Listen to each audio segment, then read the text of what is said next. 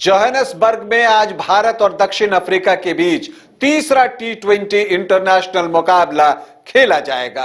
फिलहाल सीरीज में दक्षिण अफ्रीका की टीम 1-0 से आगे है। मतलब दक्षिण अफ्रीका तो यह सीरीज अब गवा नहीं सकती।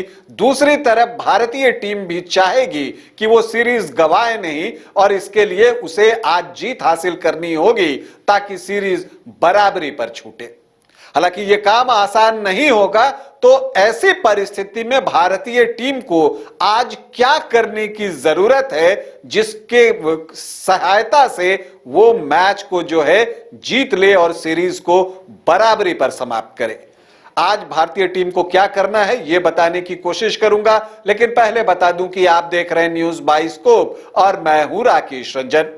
भारत और साउथ अफ्रीका के बीच तीसरा टी20 इंटरनेशनल मुकाबला आज जोहानिसबर्ग में खेला जाएगा और यहां पर भारतीय टीम जो है जीत से कम कुछ भी स्वीकार करने को तैयार नहीं होगी।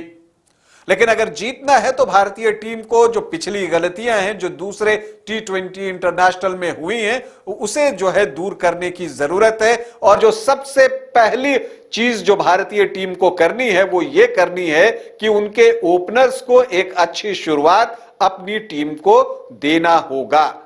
यहां पर शुभमन गिल और यशस्वी जायसवाल की भूमिका बेहद महत्वपूर्ण हो जाती है।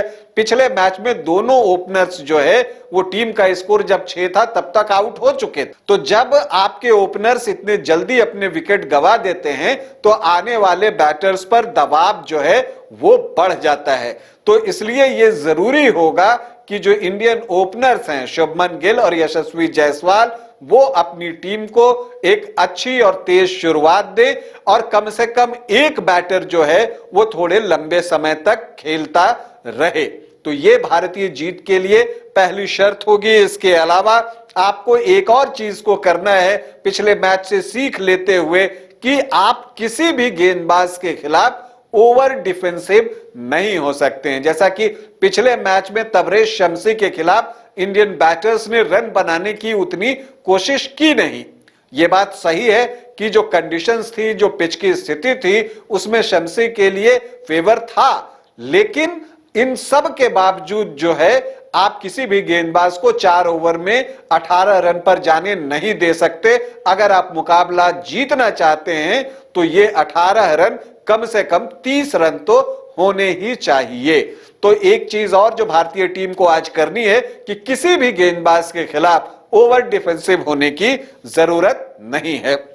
इसके अलावा जो भारत का लंबा टेल है वो भारत के लिए एक बड़ी समस्या बना हुआ है। तो क्या प्लेइंग 11 में कोई चेंज हो सकता है?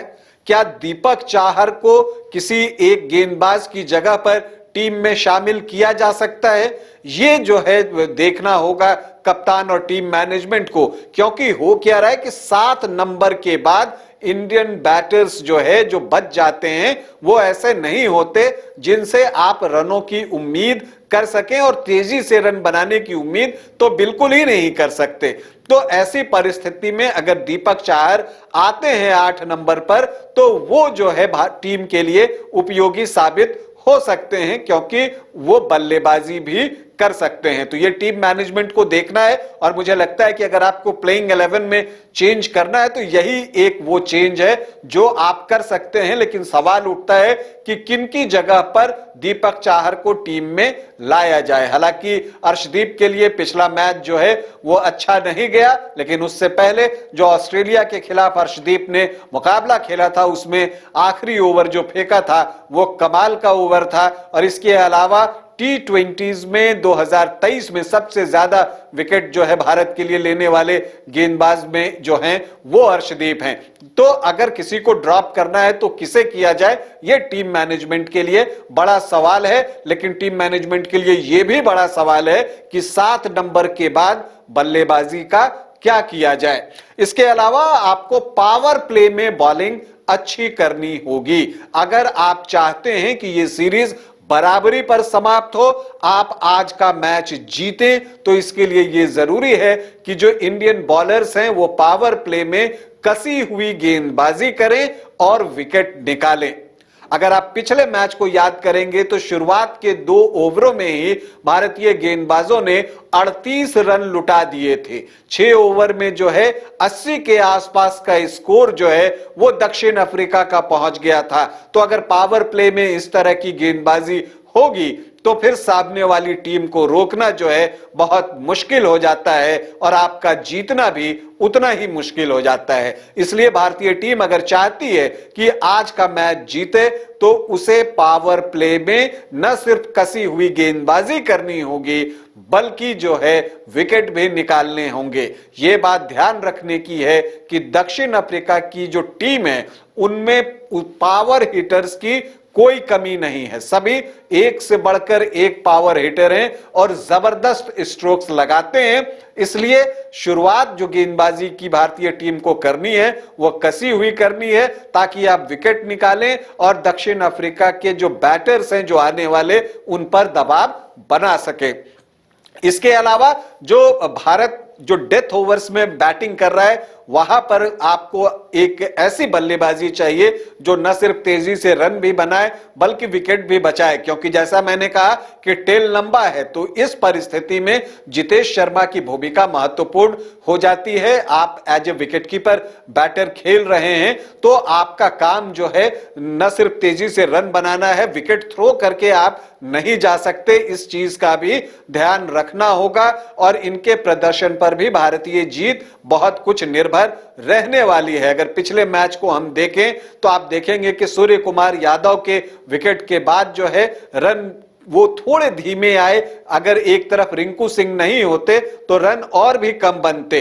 तो इस चीज का ध्यान जो है इंडियन बैटर्स को रखना होगा, खास करके जो लोअर मिडिल ऑर्डर में हैं उनके लिए जिम्मेदारी महत्वपूर्ण हो जाती है। तो टॉप ऑर्डर और लोअर मिडिल ऑर्डर की जिम्मेदारी बहुत इंपॉर्टेंट है। जहां तक प्लेइंग 11 का सवाल है तो मुझे नहीं लगता कि बहुत ज्यादा चेंजेस जो है भारतीय टीम आज के मैच में करेगी, क्योंकि एक मैच के आधार पर किसी को परखना जो है वो थोड़ा मुश्किल होता है। ये ठीक है कि 1-2 चेंजेस आप कर सकते हैं, एक चेंज आप कर सकते हैं, दीपक चाहर को लाकर एक बैटिंग को थोड़ा सा स्ट्रांग करने की कोशिश हो सकती है, लेकिन इसके अलावा बहुत ज्यादा चेंजेस जो है आप नहीं कर सकते। टीम मैनेजमेंट की इस मामले में तारीफ बनती है कि उन्होंने सारे युवा खिलाड़ियों को मौका दिया, तिलक वर्मा को मौका दिया, श्रेयस अय्यर जबकि बाहर रहे, ईशान किशन बाहर रहे, लेकिन उन्होंने तिलक वर्मा को मौका दिया। तो युवा खिलाड़ियों को अवसर दिया जा रहा है कि वो अपने आप को साबित करें, यह अच्छी बात है। फिलहाल जो मैंने आपको चीजें बताई ये वो 5 चीजें हैं जिसे आज भारतीय टीम परफेक्शन से कर ले तो मैच उसकी झोली में होगा और सीरीज बराबरी पर होगा। भारतीय क्रिकेट टीम को हमारी ढेरों शुभकामनाएं। अभी के लिए इतना ही, इजाजत दें, नमस्कार।